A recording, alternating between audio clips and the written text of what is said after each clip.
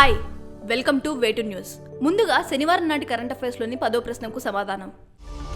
Bharat Uzbekistan joint military exercise Dustlik 2024 ఎప్పుడు ప్రారంభం కానుంది?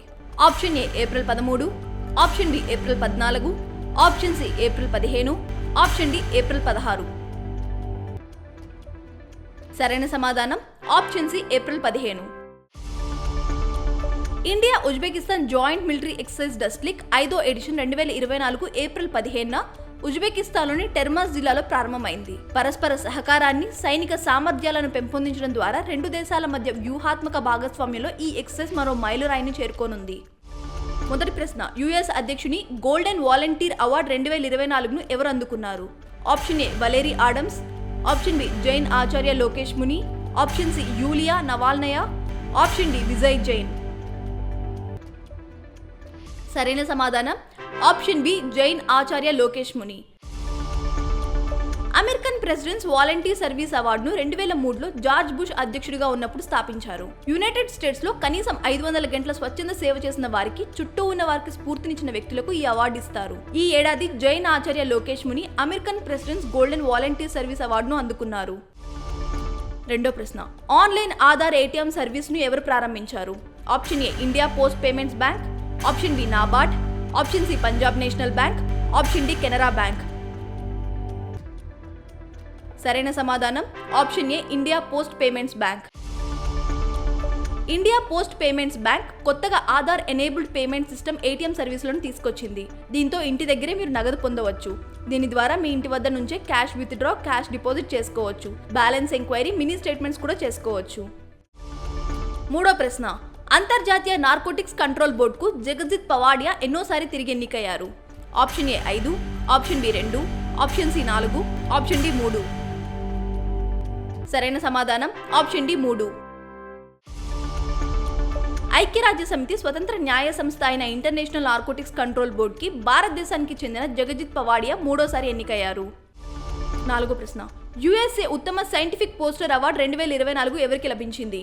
ఆప్షన్ ఏ డాక్టర్ అగర్వాల్ కంటి ఆసుపత్రి, option B Apollo hospital, option C Narayana health hospital, option D Fortis hospitals.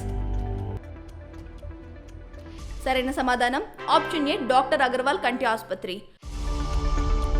American society for cataract and refractive surgery 2024 వార్షిక సమావేశంలో doctor Agarwal eye hospital పరిశోధనా బృందం ప్రతిష్టాత్మక ఉత్తమ సైంటిఫిక్ పోస్టర్ అవార్డును అందుకుంది. ఐదో ప్రశ్న, Angara A5 heavy lift rocket ను ఏ దేశం విజయవంతంగా ప్రయోగించింది? Option A Russia, option B America, option C Bharat, option D Japan. సరైన సమాధానం option A Russia.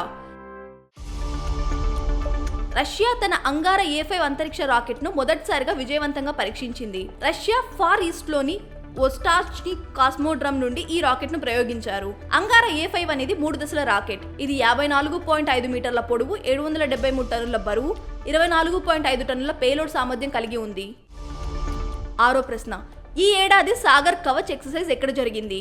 Option A Goa, option B Lakshadweep, option C Odisha, option D Gujarat. సరైన సమాధానం option B Lakshadweep.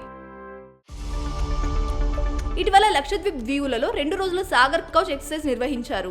Indian navy, Indian coast guard, marine police, fisheries, customs, ఇతర security ఏజెన్సీలతో సహా అన్ని సముద్ర భద్రతా ఏజెన్సీలు ఇందులో పాల్గొన్నాయి.